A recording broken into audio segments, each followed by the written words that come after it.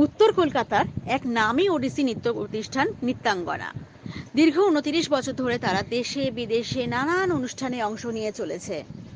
এবার উত্তর কলকাতার গিরিশ মঞ্চে নৃত্যাঙ্গনার আয়োজনে অনুষ্ঠিত হয়ে গেল ওডিসি নৃত্যানুষ্ঠান ও এই সংস্থার অন্যতম প্রাণপুরুষ প্রয়াত সঙ্গীত আয়োজক ভোলা ভট্টাচার্যের স্মরণ এবং কাজী নজরুল ইসলামের 125তম জন্মবার্ষিকী উপলক্ষে এক বিশেষ নৃত্যানুষ্ঠান প্রেমাঞ্জলি।